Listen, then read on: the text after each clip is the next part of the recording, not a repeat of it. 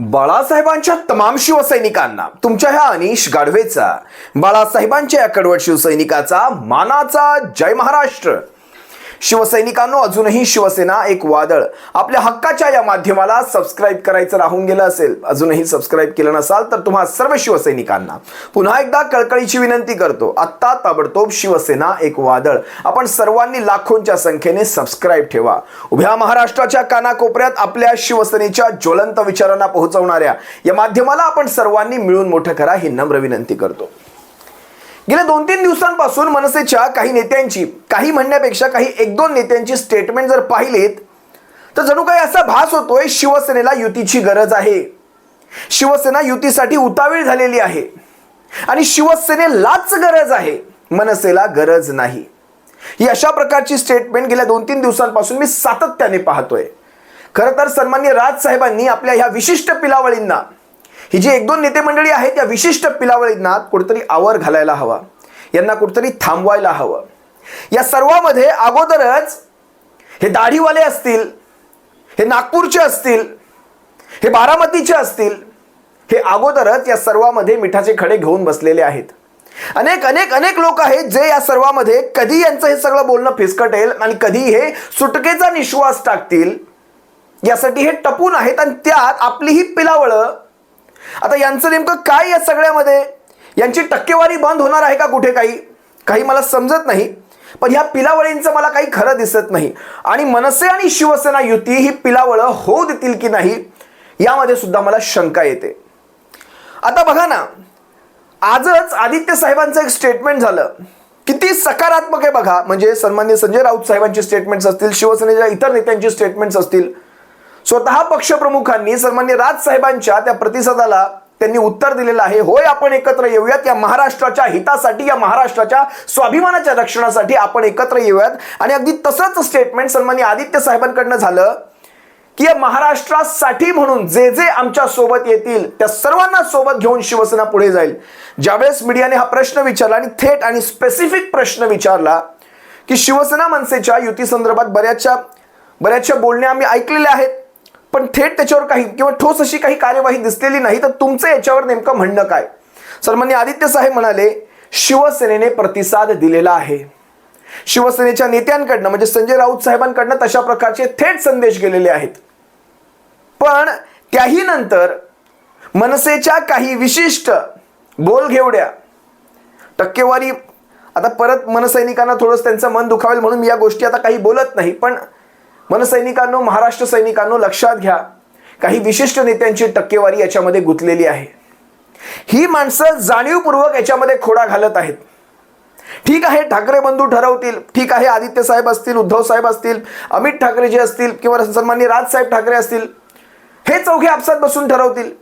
पण ही काही विशिष्ट टक्केवारी वाली मंडळी ही काही शांत राहत नाहीत, ही जाणीवपूर्वक कुणाच्या तरी सुपाऱ्या घेतल्यासारखं हे कार्य पुढे नेत आहेत।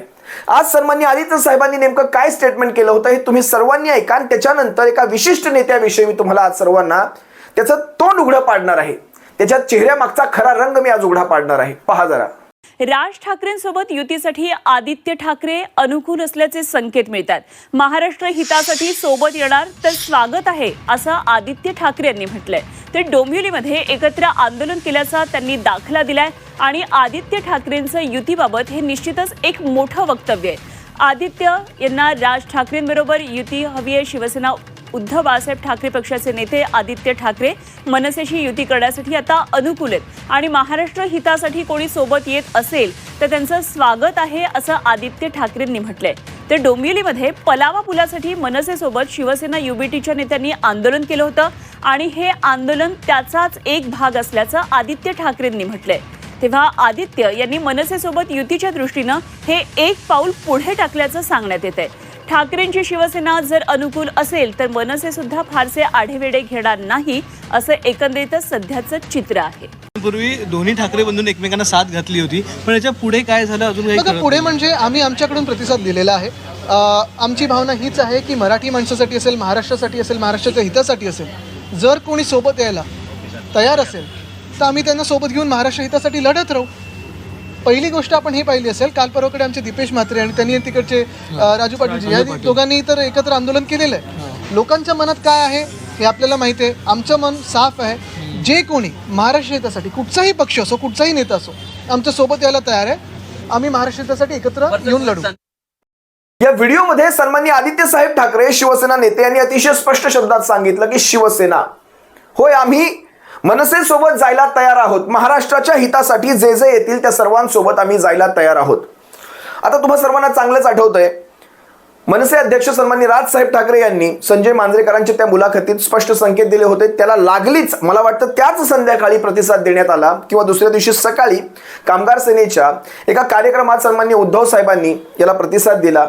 आणि होय, आपली सगळी भांडणं बाजूला ठेवून, आपले सगळे इगो असतील, छोटी मोठी भांडणं सगळं संपवलं, पण महाराष्ट्राच्या हितासाठी आपण एकत्र यायला हवं, अशा प्रकारचा संदेश स्वतः उद्धव साहेबांकडनं गेला.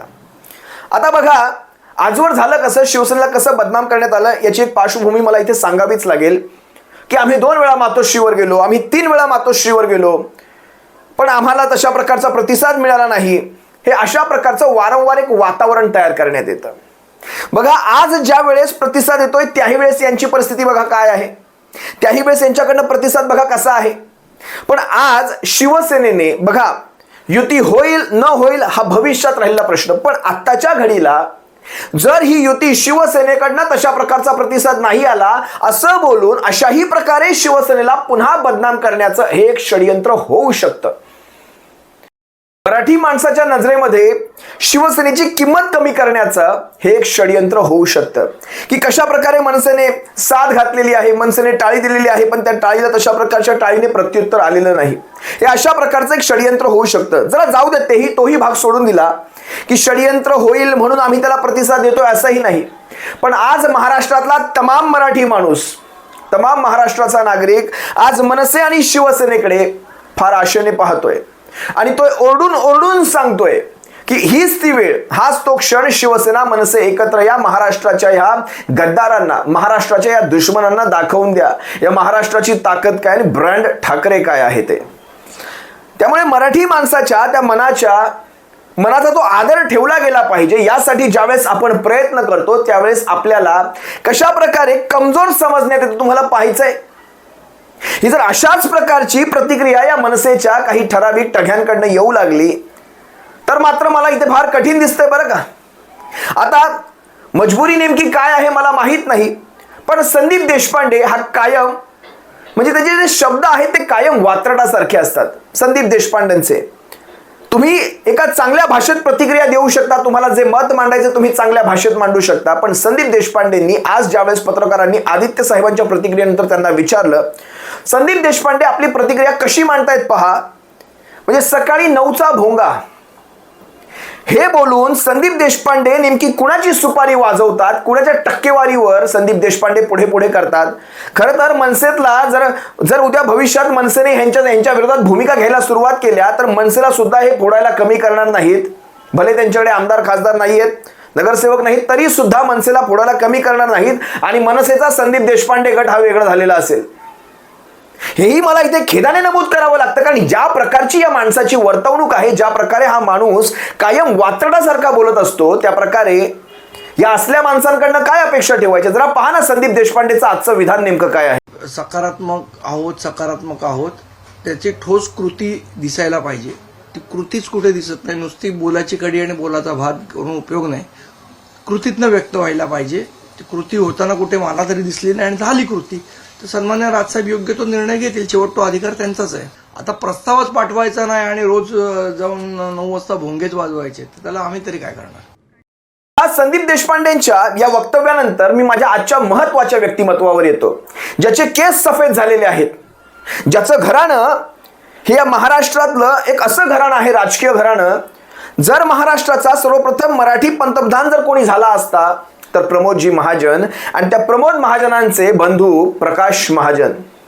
आता ह्या या व्यक्तीचं कर्तृत्व नेमकं काय, या महाराष्ट्रासाठी या व्यक्तीने नेमकं असं काय केलं, याला एवढं मोठं नाव मिळालं काय, तर प्रमोद महाजनांचे बंधू. ठीक आहे, मनसेचे नेते आहेत, काय सरचिटणीस जे काही असेल ते, पण हे प्रकाश महाजन नावाचं हे व्यक्तिमत्व आज ज्यावेळेस मीडियासमोर बोलत होतं त्याची मी तुम्हाला स्टेटमेंट ऐकवेल. अतिशय घाणेरडी दर्जाची त्याची स्टेटमेंट.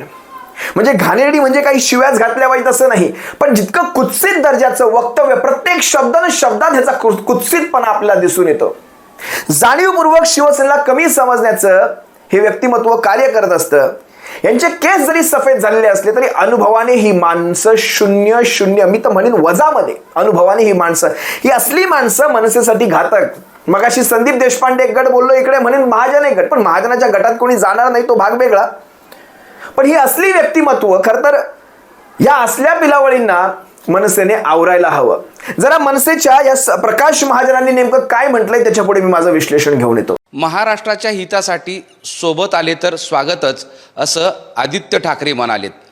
त्यामुळं आता उद्धव ठाकरे यांची शिवसेना आणि मनसे केव्हा एकत्र येणार यावर चर्चा सुरू झाली आणि याच मुद्द्यावर बोलण्यासाठी आपल्यासोबत मनसेचे नेते प्रकाश महाजन आहेत. आदित्य ठाकरे यांनी एका अर्थानं हिरवा कंदील दिलेला आहे की जर तुम्ही सोबत येत असाल तर चांगलंच आहे, त्याचं स्वागतच आहे. आता तुम्ही ते स्वागत कशा पद्धतीने करता, तुमचं काय पुढचं पाऊल असेल? एक आनंदाची गोष्ट अशी आहे की रेल्वे इंजिन हिरवा कंदील दाखवायला आपलं आदित्य ठाकरे उभा आहेत. पर्यायाने त्यांना रेल्वे इंजिनचं महत्त्व कळालं, पण त्यांना हे कळालं नाही की ते ज्या प्लॅटफॉर्मवर उभा आहे तिथे ते इंजिनच उभा नाही आहे. नुसत्या रिकाम्या प्लॅटफॉर्मला हिरवा कंदील दाखवून काय उपाय? ते रेल्वे इंजिन उभा आहे शिवतीर्थाच्या यार्डमध्ये, तुम्हाला तिथेच जावं लागेल ना. अजून त्या मानसिकतेतून ते बाहेर आलेच नाहीत की लोक युतीला त्यांच्याकडे येतील. आता परिस्थिती खूप बदलली, गोल पोस्ट खूप बदललेले आहेत. सध्या शिवतीर्थ हे नवं गोल पोस्ट आहे. आदित्य ठाकरेंनी मीडियात हिरवा कंदील काय लाल कंदील दाखवून थोडंच इंजिनचं चालू होणार आहे. मग काय केलं पाहिजे? शिवतीर्थावरच गेलं पाहिजे. शिवतीर्थाच्या रेल्वे यार्डमध्ये जाऊन तिथं इंजनला विनंती केली पाहिजे, त्यावेळेस ते इंजन बाहेर येईल. हां, असं मीडियात तेही बोलतात, संजय राऊत बोलतात. अशा युत्या आघाड्या मीडियातून होत नाहीत. इतके वर्ष भाजपसोबत राहून आदित्य ठाकरे हे शिकलेच नाहीत की युती करायसाठी लोकांच्या दारात जावं लागतं. त्या अजूनही त्या जुन्या सरंजामशाही मी यायचं एकदा शिवतीर्थावर. मीडियात बसून अशा युत्या आघाड्या होत नसतात. ते साधं सर्वसामान्य ज्ञान आहे राजकारणात. पण उद्धव ठाकरे यांची शिवसेना आणि मनसे या दोन पक्षाचं अंतर पाहता तर यांचे खासदार आमदार हे विरोधी पक्षांमध्ये आहेत आणि मग मनसेची सध्याची राजकीय स्थिती पाहता त्यामुळं कोण कुणाकडे जावं असा एक प्रश्न उपस्थित झाल्यानंतर साहजिकच आहे, जो तुल्यबळ आहे त्याच्याकडे अल्पबळ असल्याने यावं असा एक नियम आहे. पण मग अशा स्थितीमध्ये कोण कुणाकडे जावं असा एक प्रश्न आहे. कुणी आग्रहाची अक्षता घेऊन तुमच्या दारात आले आमच्याशी युती करा म्हणून? खासदार आमदार ठीक आहे ना, मग आम्ही कुठं तुमच्याशी आग्रह धरलेला आहे? असं खासदार आणि आमदार ह्याच्यावर युती होत नसती. हा व्हिडिओ पाहिल्यानंतर का कुणास ठाऊक तळपायची आग मस्तकात गेली. हे प्रकाश महाजन म्हणजे युती वगैरे लांब राहू द्या, पण हे प्रकाश महाजन नावाचं व्यक्तिमत्व, मी चांगल्या शब्दात बोलतोय बरं का, फार स्वतःवर नियंत्रण ठेवून मी चांगल्या शब्दात बोलायचा प्रयत्न करतो. हे अशा प्रकारचं व्यक्तिमत्व स्वतःला समजतं काय? हे आहे कोण? हे प्रकाश महाजन नावाचं रसायन हे आहे कोण? ह्याला कुणी अधिकार दिला या युतीबद्दल बोलण्याचा? खरं तर मनसेने सुद्धा या अशा संवेदनशील विषयावर बोलण्यासाठी काही विशिष्ट लोकांनाच परवानग्या द्याव्या. नितीन सरदेसाई असतील, बाळा नांदगावकर साहेब असतील किंवा राजू पाटलांसारखी माणसं आहेत ना पक्षामध्ये, त्यांना संधी द्या, त्यांनाच फक्त या सगळ्या विषयावर व्यक्त होऊ द्या. नाहीतर ही असली माणसं, घाण करणारी टक्केवारीची माणसं ही घाण करून जातील. मग बघा, वरती युती झाल्यानंतर खाली शिंदे टोळी, अजित पवार टोळीमध्ये काय चाललंय तुम्ही सर्व पाहताय. रोज आपापच एकमेकांची डोकी फोडतच आहेत. इथे शिवसेना मनसेच्या नेत्यांमध्ये कार्यकर्त्यांमध्ये तसं काही होणार नाही, पण त्याची वाट पाहत आहोत का आपण? ही अशा प्रकारचं घाणेरडं वक्तव्य करणारी ही असली महाजनांसारखी माणसं, ही देशपांडे आणि महाजन हे काय समीकरण आहे हे तुम्हीच पहा. आता यांना काय इथे पंतगिरी करायची असते मला माहित नाही, पण हे देशपांडे आणि महाजन यांनी खरंच इथे ना आग लावायची कामं बंद करावीत. आता पहा ना, साधं एक उदाहरण देतो तुम्हाला मी. कोकणातच घ्या, वैभव खेडेकर या अशा माणसाला सुद्धा, म्हणजे ज्या पक्षांना सन्माननीय राजसाहेबांनी बिनशर्त पाठिंबा दिला, त्यांच्या जीवावर रत्नागिरी सिंधुदुर्गाचा खासदार निवडून आला, नारायण राणे निवडून आला, त्या ठिकाणी सुद्धा यांचाच माणूस फोडायची तिकडे तयारी. त्या दिवशी एक दिवस स्टेजवर काही दिसले, त्या व्यासपीठावर दिसल्यानंतर उदय सामंतांचं स्टेटमेंट आपण सर्वांनी ऐकलं की हे असंच ह्या वैभव खेडेकरांसहच हे व्यासपीठ आम्हाला असंच पाहायला मिळावं. तुम्ही जर पाहिला नसेल हा व्हिडिओ एकदा पहा. आणि संजय कदम एवढे हुशार आहे, काही संघर्ष होता त्या हळूच कुठेतरी माझं नाव घ्यायचे आणि भाईंचा गैरसमज व्हायचा. पण भाई आता तुम्ही सगळे एकत्र आला त्याबद्दल भैरवनाथांना मी धन्यवाद देतो की भैरवनाथांना तुमच्या नेतृत्वाखाली आमच्या संजय रावांना सुबुद्धी दिली आणि तुम्ही सगळ्यांनीच आमच्यासारखं भाईंचं नेतृत्व स्वीकारला. आता भैरवनाथाची कदाचित ही देखील इच्छा असू शकते की जे व्यासपीठ इथं तयार झालेलं आहे हे व्यासपीठ तसंच्या तसं भाईंच्या नेतृत्वाखाली राहावं. वैभवजी, मी असं म्हणतो असो. म्हणजे मनसेच्या नेत्याला सुद्धा, ज्या पक्षाने आपल्याला पाठिंबा दिला त्या पक्षाच्या नेत्याला सुद्धा तुम्ही घ्यायला कमी करत नाहीत.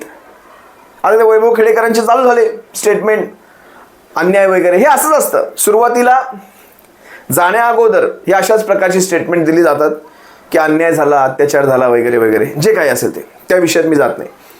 पण लक्षात घाला, आपल्याला का 1857चा उठाव आपण का हरलो माहितीये?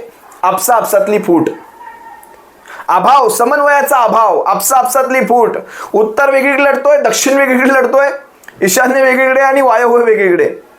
हे असं, आणि हे तेच घडतंय महाराष्ट्राच्या बाबतीत, हे तेच घडतंय आता सध्याच्या घडीला. आपल्यामधली फूट ही परक्याचा फायदा करून देऊन जाणार आहे. काय म्हणाले हे व्यक्तिमत्व बघा ना. हे म्हणतंय आग्रहाच्या अक्षदा आम्ही घेऊन आलेलो नाही. म्हणजे ज्या वेळेस तो पत्रकार त्यांना विचारतोय की आजही शिवसेना हा 20 आमदारांचा, 9 खासदारांचा, जवळपास 10 खासदारांचा धनी आहे, 2 राज्यसभा खासदार आहेत, जवळपास विधान परिषदेचे आमदार आहेत, विधान परिषद त्यांचा विरोधी पक्षनेता आहे. जर यावर खालच्या सभागृहात दिलं तर तिथे सुद्धा त्यांचा विरोधी पक्षनेता बसेल. मग अशा परिस्थितीमध्ये तुम्ही हे आग्रह धरून बसलाय तर म्हणतात की आग्रहाच्या अक्षदा आम्ही काही घेऊन गेलो नव्हतो त्यांच्याकडे. म्हणजे बघा ना, ही स्टेटमेंट कुठल्या पातळीची आहेत. ते म्हणतात विनंती केली पाहिजे कुणाला, सन्माननीय राजसाहेबांना. पण तुम्ही कशाला याच्यात तेल घालताय? आणि हे कुत्सित बोलणं आहे. हे कुठेही सामंजस्याचं, समजदारीचं हे बोलणं नाही, कुत्सित बोलणं. विनंती केली पाहिजे म्हणजे यांचं काहीच नाही त्याच्यामध्ये. तुमच्या मनामध्ये तसं काहीच नाही का? जे काही केलं पाहिजे ते फक्त शिवसेनेने केलं पाहिजे. मग अशी देशपांडेंच्या बोलण्यात सुद्धा तेच की कोणी येत नाहीये प्रस्ताव घेऊन, असं मीडियात होत नाही. मग प्रस्ताव आपण का नाही घेऊन जात? देशपांडे आपण जा घेऊन. तुम्ही जाऊ शकता, तुम्ही अध्यक्ष आहात मुंबईचे, मनसेचे अध्यक्ष आहात, आपण घेऊन जा. अरे ठाकरे ठरवतील, पण आपण कमीत कमी आपली ही बेताल वक्तव्य तरी कमीत कमी केली पाहिजेत किंवा बंद केली पाहिजेत कमीत कमी. आणि हे महाजन शिकवणार का आता की आदित्य ठाकरेंना राजकारण किती कळतं, असं घरात बसून युत्या आघाड्या होत नाहीत, हे दारावर जावं लागतं. आता काय म्हणाले ते शिवतीर्थ, हे काहीतरी नवीन, काय त्यांचं ते मला कळलं नाही, गोलपोस्ट वगैरे काय शब्द त्यांचा, ते महाजनी शब्द आहेत ते आपल्याला कळत नाही. गोलपोस्ट आहे, शिवतीर्थावर जावं लागेल, इंजिनाचं महत्त्व आत्ता कळालं. काय काय त्यांचे स्टेटमेंट, इंजिन ज्या पण हे अशा प्लॅटफॉर्मवर उभे आहेत ज्या प्लॅटफॉर्मवर इंजिन उभंच नाही, इंजिन शिवतीर्थाच्या यार्डामध्ये. म्हणजे तुम्ही असं सांगताय का इंजिन तुमचं यार्डात उभं आहे का? इंजिन पळत नाहीये का? इंजिन यार्डामध्ये उभं आहे का? इंजिनाचं महत्त्व कळायला अरे वेळ काय चालली आहे? म्हणजे तो काय रोम जळत होतं आणि रोमचा राजा काय ते बिगुल वाजवत फिरत होता. बघा आता हे सूट होतंय की नाही मला माहित नाही. माझ्या तोंडी जे येतं मी ते बोलायचा प्रयत्न करतो, अर्थ अनर्थ तुम्ही लावायचे प्रयत्न करा. रोम जळत होतं ते एक रोम सोडा, ते काय ते राज्य सोडून द्या, पण राज्य जळते आणि राजा बिगुल वाजवत फिरतोय म्हणे शिवतीर्थावर यायला हवं. अजून काय म्हणे ते त्या मानसिकतेतून बाहेर आलेले नाहीत की लोक त्यांच्याकडे येतील युत्यांसाठी, किंवा विधानसभेच्या मानसिकतेतनं बाहेर आलेले नाहीत. विधानसभेत लोक येत होते, आता लोक येत नाहीत मातोश्रीवर म्हणायचंय. हे नेमकं तुम्ही कुणाला खाली दाखवायचा प्रयत्न करताय महाजन मला माहीत नाही. पण ह्या महाजनांसारख्या नेत्यांना थोडंसं मनसेने आवर घालायला हवा. शिवसेना मनसे आज महाराष्ट्रात एकत्र येणं ही या महाराष्ट्राचं हित आणि यासाठी म्हणून त्यांनी एकत्र यावं. आपले वैयक्तिक राग लोभ काय मोह माया मत्सर हे सगळं बाजूला ठेवून दोनही पक्षाच्या नेत्यांनी, मग इकडचेही काही असतील तिकडचेही काही असतील बोलणारे, या सर्वांनी हे बोलणं आता बंद करावं. शिवसैनिकांच्या असतील महाराष्ट्र सैनिकांच्या असतील त्या मनाचा आदर ठेवावा, महाराष्ट्राच्या नागरिकांच्या मनाचा आदर ठेवावा आणि ह्या युतीची पेहेल कुठेतरी व्हावी. युतीची पेहेल होईल नाही होईल तो भाग वेगळा, पण कमीत कमी ही असे स्टेटमेंट, आणि मला अभिमान वाटतो शिवसेनेकडनं ही असली फालतू स्टेटमेंट होत नाहीत. एकही फालतू स्टेटमेंट शिवसेनेकडनं होत नाही. काल परवाचं तुम्ही दीपेश म्हात्रेंचं, कल्याण डोंबिवलीच्या जिल्हा प्रमुखांचं आणि राजू पाटलांचं ते आंदोलन पाहिलं. आंदोलन शिवसेनेचं होतं, पण दीपेश म्हात्रेंनी त्यांना फोन केला आणि राजू पाटलांनी देखील त्याला साथ घातली आणि दोनही पक्षांनी मिळून येऊन तिथे पलावा पुलासाठी डोंबिवलीत आंदोलन केलं. काय संदेश गेला महाराष्ट्रामध्ये? महाराष्ट्रामध्ये एक पॉझिटिव्ह लहर उभी राहिली उभ्या महाराष्ट्रामध्ये. हे असं असतं, हे अशा प्रकारे पुढे जायचं असतं. हे नाही की कुठल्या यार्डामध्ये इंजिन आणि कुठल्या प्लॅटफॉर्मवर कोण उभा, हे अपरिपक्वतेचं उदाहरण आहे. असो, तुर्तास तुम्हा सर्वांची रजा घेतो. सप्रेम जय महाराष्ट्र. बाळासाहेबांच्या शिवसैनिकांनो काळजी घ्या. जय महाराष्ट्र.